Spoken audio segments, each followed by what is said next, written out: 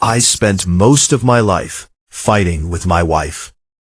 Not loudly, not violently, but with cold words, sharp silence, and endless complaints. Every morning began the same way. She would wake early, prepare tea, clean the house, and quietly move around so she wouldn't disturb me. And every morning, I would find something to criticize. The tea is too cold. Why is the room so messy? You never do anything right. She never answered back. She only lowered her eyes, whispered sorry, and continued working. At first I told myself I was just tired. Then I said it was stress. Then I convinced myself that this was normal. Years passed and the warmth between us slowly disappeared. Our home became silent, heavy, and lonely, even though we lived under the same roof. She used to be full of laughter. When we were young, she smiled easily, spoke endlessly, and dreamed fearlessly. She believed in love, in togetherness, in growing old, hand in hand. But somewhere along the way, I crushed those dreams with my harshness and indifference. I never noticed the sadness in her eyes, or maybe I noticed and chose to ignore it. Every night, she would sit quietly in the corner, knitting or staring out the window, while I watched television, barely acknowledging her presence. Sometimes she tried to speak, to share something small about her day. I often responded with silence or annoyance, and slowly, she stopped trying. The silence between us became louder than any argument. One evening, she placed dinner in front of me and gently said, "You haven't been well lately. Are you okay?" I snapped back, "Stop pretending to care." I still remember the way her hands trembled. That night, she cried quietly, while I pretended to sleep. Days passed like this, heavy, bitter, distant. I never imagined that this routine of coldness would one day become my greatest regret. Because the very next morning, I woke up to complete silence. No sound of utensils, no smell of tea, no soft footsteps in the hallway. Her side of the bed was empty, and for the first time in decades, fear wrapped tightly around my heart. The silence that morning felt different. It wasn't peaceful. It was terrifying. I sat up in bed, my eyes scanning the empty room, my heart suddenly uneasy. For 40 years, I had woken to the same quiet routine, the soft clinking of cups, the gentle shuffle of her slippers, the comforting smell of tea drifting through the air. But that day, there was nothing. No movement, no sound, no warmth. I called her name. No answer. I stepped into the hallway, my footsteps echoing loudly against the walls. The kitchen was spotless, untouched. Her slippers lay neatly beside the door. Everything looked normal, except she was gone. Panic tightened in my chest. I checked the bedroom, the bathroom, the small garden outside. Still nothing. Then I noticed the untouched breakfast tray on the table. That's when fear truly struck. She never skipped breakfast. My hands began to shake as I grabbed my phone and dialed her number. It rang endlessly. No answer. Memories flooded my mind.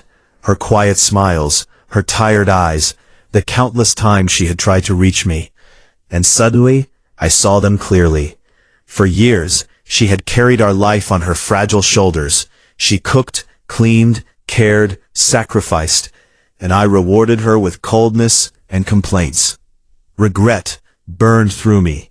I rushed outside, calling her name, my voice desperate and broken. Neighbors looked at me in confusion as I searched the streets like a lost man. Then my phone rang. Unknown number. My heart nearly stopped. "This is City Hospital," a calm voice said. "Is this her husband?" My knees weakened. Yes, I am. She was found unconscious near the bus stop early this morning. She's stable, but her condition is serious. The world blurred. I don't remember how I reached the hospital. I only remember the fear, raw, crushing fear that I might lose her forever. As I sat in the cold hospital corridor, waiting for news, the truth finally shattered my denial. I had spent my life pushing away the one person who loved me without limits. And now, I might have lost her. Forever. The hospital corridor felt endless. Each step echoed loudly, as if reminding me of every cruel word I had ever spoken to her. My heart pounded painfully as I followed the nurse toward her room. My hands trembling, my mind drowning in regret. When I finally saw her, my breath caught. She lay motionless on the narrow hospital bed, her face pale, her hair scattered across the pillow. Tubes and wires surrounded her fragile body. The woman who had once been so full of life now looked painfully small and weak. I collapsed into the chair beside her. "I'm sorry," I whispered, my voice breaking. "I'm so sorry." Tears blurred my vision as memories flooded my mind. Her gentle smile, her endless patience, the countless ways she had tried to make me happy. I remembered how she had stood by me during my failures, how she had sacrificed her dreams so I could chase mine, and I had repaid her with bitterness. "I was blind," I sobbed, gripping her cold hand. "I never saw how much you loved me. I never saw how much you were hurting." The machines beeped steadily, indifferent to my pain. Doctors explained that stress and exhaustion had pushed her body beyond its limits. Years of emotional strain, they said gently, had slowly weakened her health. Their words crushed me. I had been killing her, slowly, silently, with my neglect. Hours passed as I sat beside her, speaking to her, apologizing, confessing everything I had buried inside.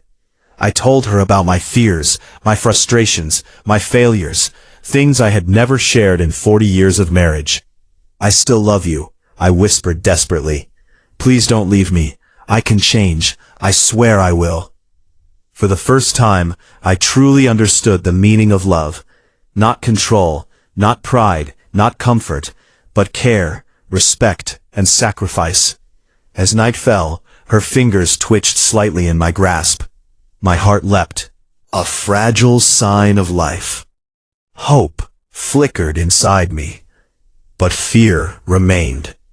Because I knew one thing for certain. If she opened her eyes again, I would spend the rest of my life making sure she never cried alone again. When she finally opened her eyes, I felt my heart come back to life.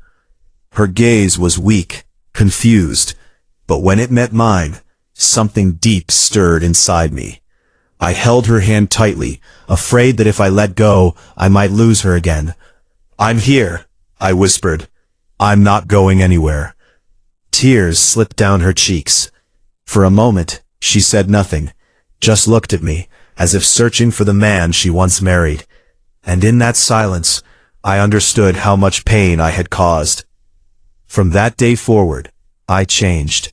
I stayed beside her in the hospital, feeding her, helping her walk, listening to every word she spoke. I learned patience. I learned kindness. I learned love.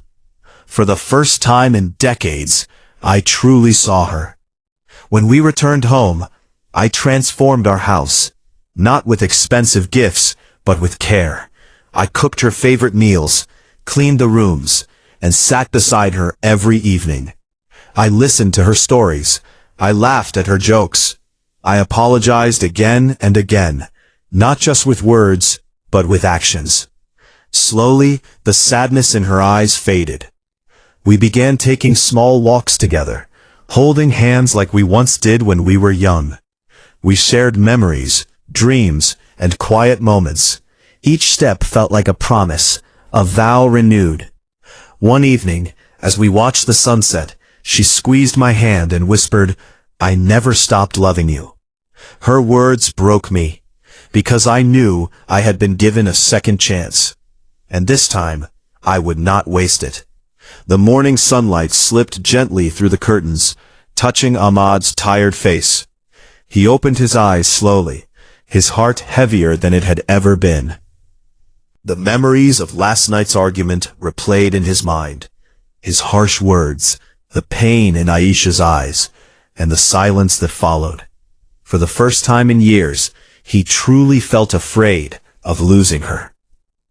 He sat up, breathing deeply, and looked around the quiet room. Everything in their home held memories. The old photo frames, the worn-out sofa, the small table where they once shared endless cups of tea. Regret filled his chest. He realized how blind he had been, how he had taken her love, patience, and sacrifices for granted. Gathering courage, Ahmad walked into the kitchen. Aisha stood near the stove, her back turned, her eyes tired but calm. He cleared his throat. "Aisha," he said softly, "I was wrong. I forgot how much you have given me, and how deeply I still love you." She turned slowly, surprise flickering across her face. Tears welled up in her eyes as he stepped closer. "I want to grow old, holding your hand, not pushing you away."